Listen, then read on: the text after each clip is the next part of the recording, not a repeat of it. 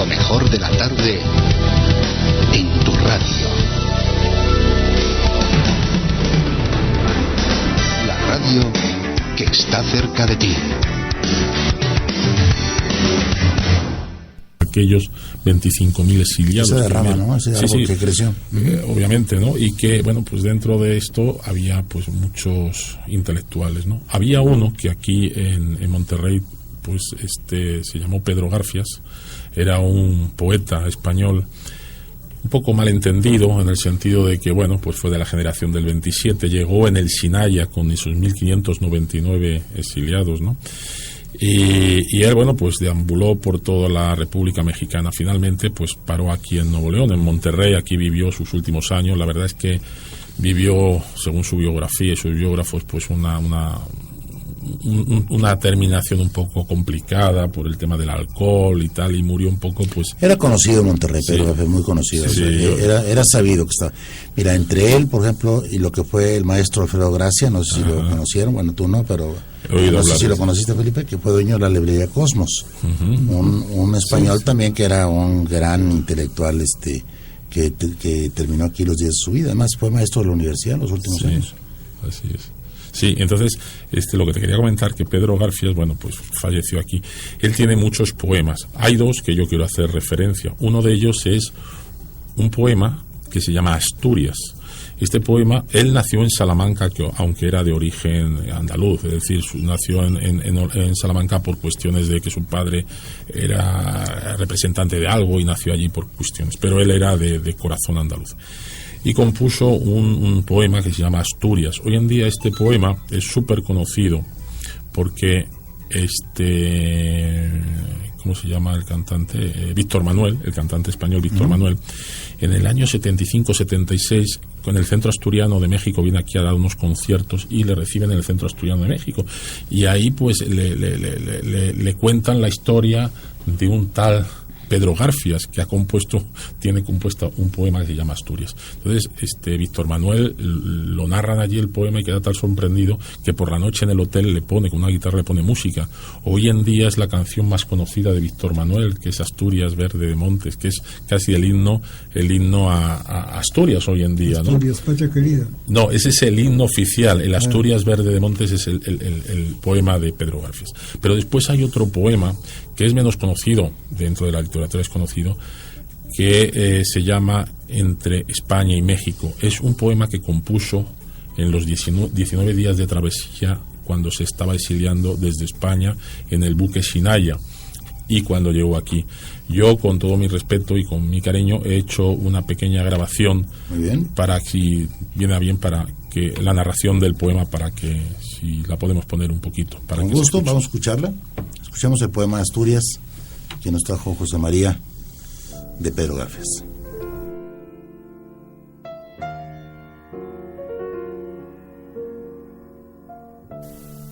Poema compuesto por Pedro Garfias, entre España y México, en el barco Sinaya, camino al exilio de México.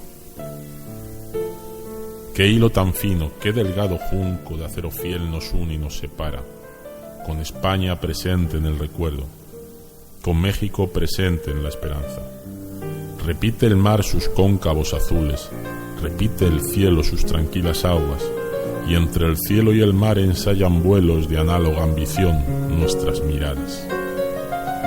España que perdimos, no nos pierdas, guárdanos en tu frente derrumbada, conserva a tu costado el hueco vivo de nuestra ausencia amarga, que un día volveremos. Más veloces, sobre la densa y poderosa espalda de este mar, con los brazos ondeantes y el latido del mar en la garganta. Y tú, México libre, pueblo abierto al ágil viento de la luz del alba, indios de clara estirpe, campesinos con tierras, con simientes y con máquinas, proletarios gigantes de anchas manos que forjan el destino de la patria, pueblo libre de México. Como otro tiempo, por la mar salada, te va un río español de sangre roja, de generosa sangre desbordada. Pero eres tú, esta vez, quien nos conquistas, y para siempre, oh vieja y nueva España. Pedro Garfias.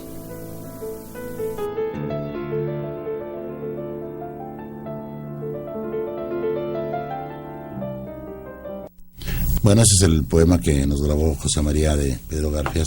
Pedro Garfias muere en Monterrey y era muy conocido. Finalmente aquí en Monterrey sí fue alguien destacado. Fíjate que me estaba acordando yo, y un poco lo que comentaba Felipe también, en la época de la Guerra Civil de España, que esto fue en el 36 y 39, Picasso pinta su famoso cuadro El Guernica, lo pintó en el 37. Y me acordé de esto, que toda esta parte la llevé con el maestro Gracia Vicente, que fue un gran maestro para mí en la universidad, me dio una clase de apreciación estética. Y El Guernica fue un cuadro que lo pintaron por encargo, pero Picasso pinta El Guernica basándose en esa gran agravante que tuvo la ciudad de Guernica, en ese bombardeo que tuvo a ese árbol que era la joya más preciada de ahí.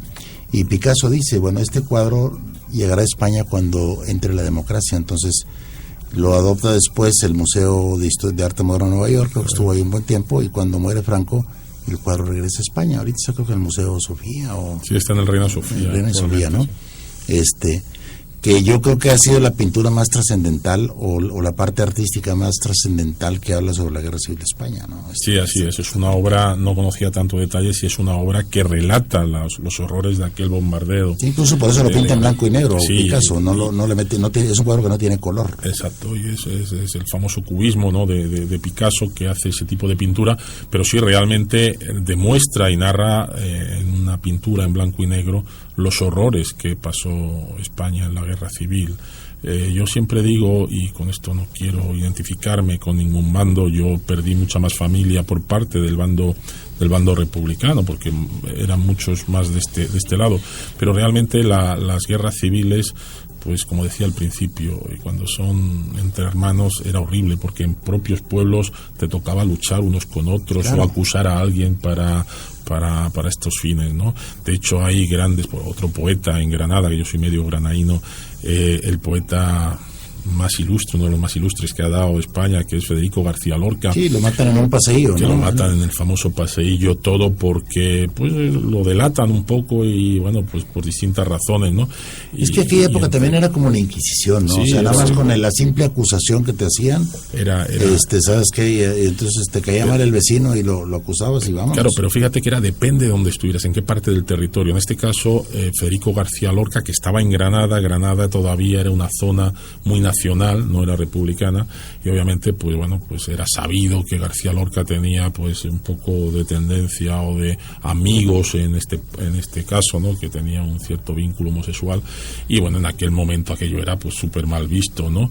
Y entonces pues prácticamente familiares y amigos suyos son los que le delatan y le dicen dónde está, y le hacen ese famoso paseillo que entre Vignan y Alfacar mataron a un poeta, ¿no?, como dice el poema, ¿no? Y allí lo ejecutaron. Que lo que era el paseillo era ir a sacar a la gente de su casa para matarlo, ¿no? Lo llevaban a una parte, una plaza o no, en donde fusilaban a la gente. O lo sacaban de la cárcel.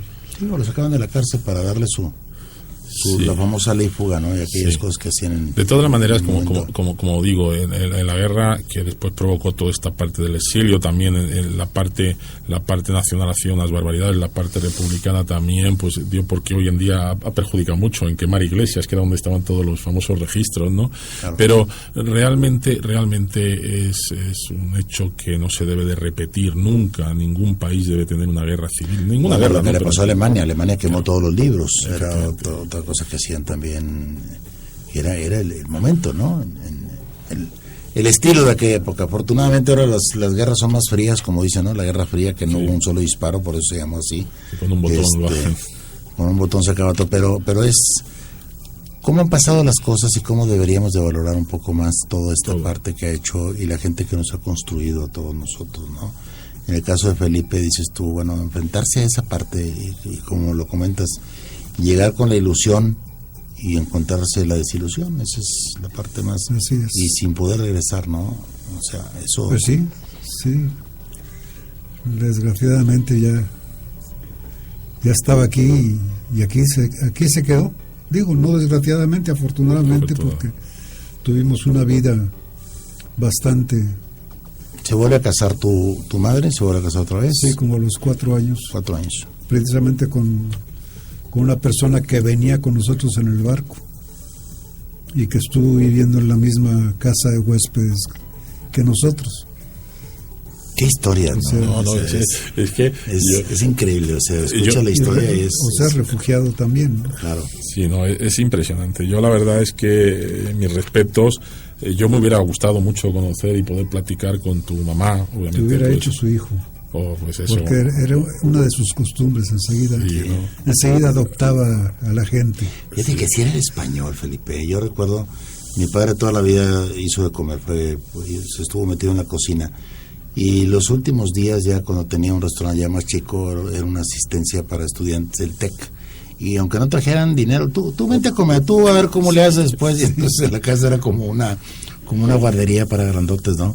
Pero era el sentido propiamente del descubrir que así es la vida. O sea, no hay un interés material ni una circunstancia de otro interés que el ayudar. Era muy ayudador.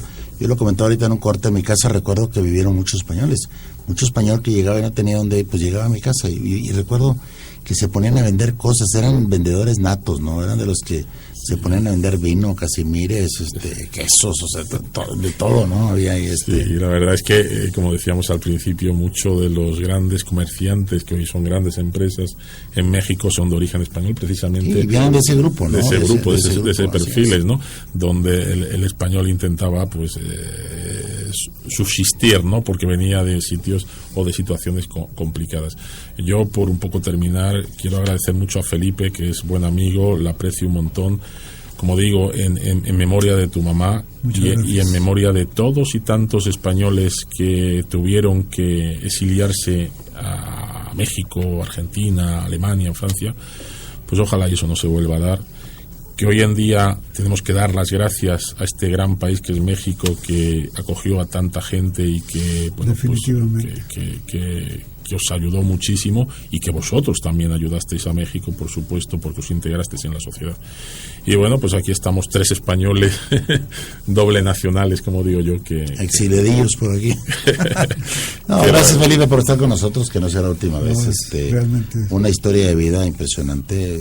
Realmente cuando uno está cerca de estos temas es todavía más, pues mucho más vivencial. Son cosas que ahorita no se ven. Palabras como dijiste ahorita, antes cuando decían refugiados, o sea, un término que se utilizó mucho tiempo, ¿no? Son refugiados. Sí. Y es un tema que ya lo oyes y suena raro. Claro, suena raro en estas generaciones, pero bueno, yo era un hijo de refugiado, el exilio era el refugio, ¿no? Finalmente. Pues muy agradecidos, gracias. Luego hablaremos otra vez de la Casa España, dejamos el tema otra vez pero bueno, sirva esto para dejar el compromiso. Hablaremos más adelante. El tiempo se nos termina. José María Benarroche, gracias por estar con nosotros.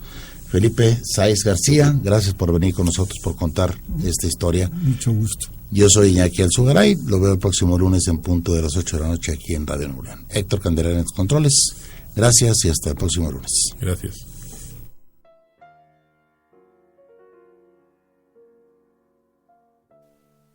Poema compuesto por Pedro Garfias, entre España y México, en el barco Shinaya, camino al exilio de México.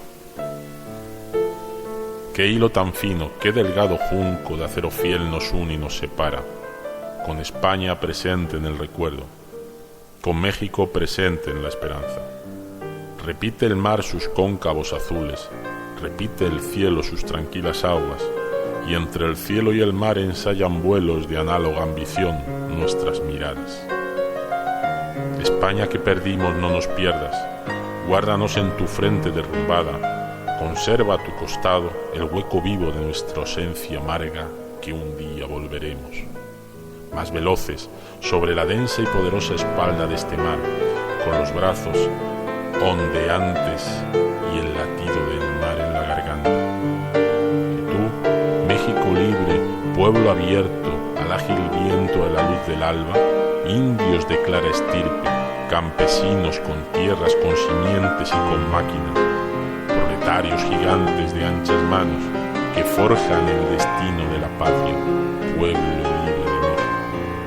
Como otro tiempo, por la mar salada, te va un río español de sangre roja, de generosa sangre desbordada.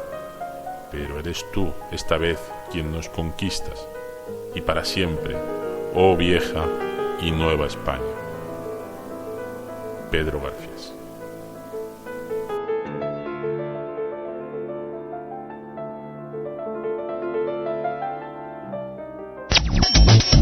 Únete al espíritu de tu radio.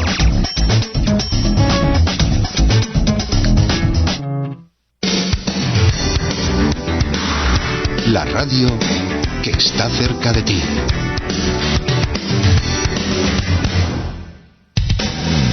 Lo mejor de la tarde en tu radio.